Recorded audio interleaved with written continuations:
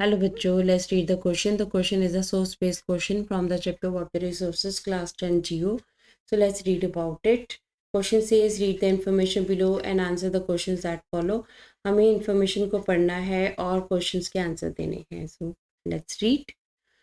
Today, dams are built not just for irrigation but for electricity generation, water supply for domestic and industrial uses, flood control, recreation and inland navigation and fish breeding.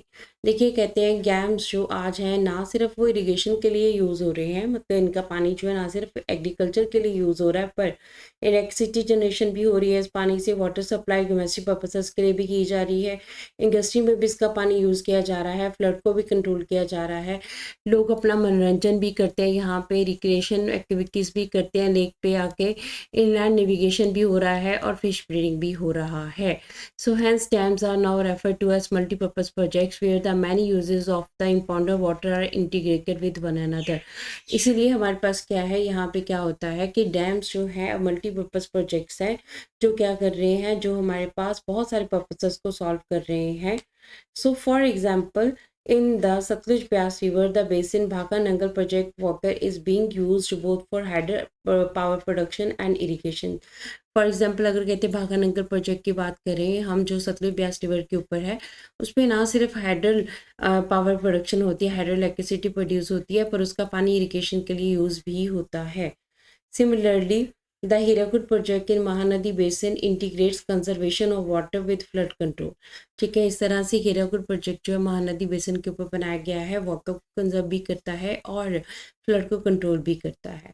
So multipurpose projects हमारे पास क्या है, इस तरह से multipurpose projects जो हैं launch after the independence with their integrated water resources management approach were thought of as a vehicle that would lead the nation to development and progress, overcoming the handicap of its colonial past. इस तरह से हमारे पास देश की independence के बाद जो भी वाटर प्रोजेक्ट्स जो हैं वो स्टार्ट किए गए हैं, तो उसका मेन मीनिंग क्या है, ये ऐसे व्हीकल की तरह काम करेंगे जो देश को डेवलपमेंट और प्रोग्रेस की तरफ लेके जाएंगे और कॉलोनियल टाइम के ऊपर जो भी हमारा नुकसान हुआ एग्रीकल्चर इंडस्ट्री का हमारे देश का, उस नुकसान को हम पूरा कर सकते हैं, वहाँ उससे उभर सकते हैं. So Jawaharlal Nehru proudly proclaim that dams are the temples of modern India. The reason being that it would integrate development of agriculture and the village economy with rapid industrialization and the growth of urban economy. देखिए पंडित नेहरू ने dams के बारे में कहा है कि dams क्या हैं, डैम्स टेम्पल्स हैं मॉडर्न इंडिया के. क्यों कहा है, क्योंकि ये डेवलपमेंट को इंटीग्रेट करते हैं, जोड़ते हैं एग्रीकल्चर से. अब देखिए हमारे पास डैम्स की वजह से एग्रीकल्चर स्ट्रांग हो रहा है और उसकी वजह से विलेज इकॉनमी स्ट्रांग हो रही है. ठीक है, तो अगर इंडस्ट्रियलाइजेशन स्ट्रांग हो रहा है तो उसकी वजह से अर्बन इकॉनमी जो है स्ट्रांग हो रही है. इस तरह से ये हमारे बहुत सारे पर्पसेस को सॉल्व कर रहे हैं. क्वेश्चन की अगर हम बात करते हैं तो question says which one of the following is not an adverse effect of dams. अब देखिए क्वेश्चन में हमसे पूछा जा रहा है, हमें बताना है इनमें से कौन सा डैम्स का एडवर्स इफेक्ट नहीं है, मतलब ये उसका नेगेटिव इफेक्ट नहीं है.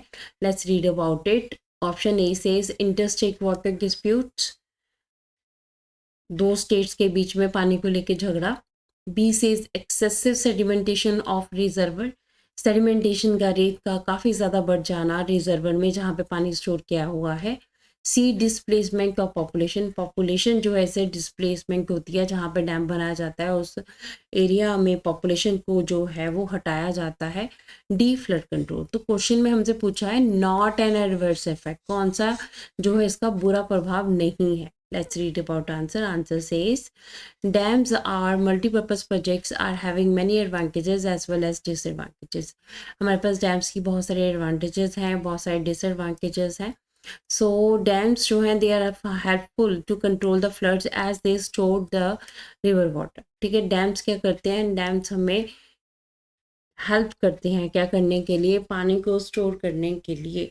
तो हमारे पास कौन सा यहाँ पे जो है वो ऑप्शन नहीं होएगा, तो इंटरस्टेट वाटर डिस्प्यूट जो है ये इसका नेगेटिव इम्पैक्ट है, तो ये हम इसमें ऐड नहीं करेंगे, हमें पॉजिटिव ढूंढना है. एक्सेसिव सेडिमेंटेशन ऑफ रिजर्वर, तो ये भी नेगेटिव इम्पैक्ट है. डिस्प्लेसमेंट ऑफ पॉपुलेशन, ये भी नेगेटिव इम्पैक्ट है. Flood control, this is positive impact, मतलब हमारे पास पॉजिटिव इफेक्ट है डैम्स का कि डैम्स क्या करते हैं, हमारे पास फ्लड्स को कंट्रोल करते हैं, रिवर के वाटर को स्टोर करते हैं, उसके फ्लो को कम करते हैं, जिसकी वजह से हम फ्लड कंट्रोल कर सकते हैं। तो इस तरह से ऑप्शन डी जो है हमारा राइट आंसर है। Option D is the right answer of this question. Hope so you understood this source based question and answer. Thank you.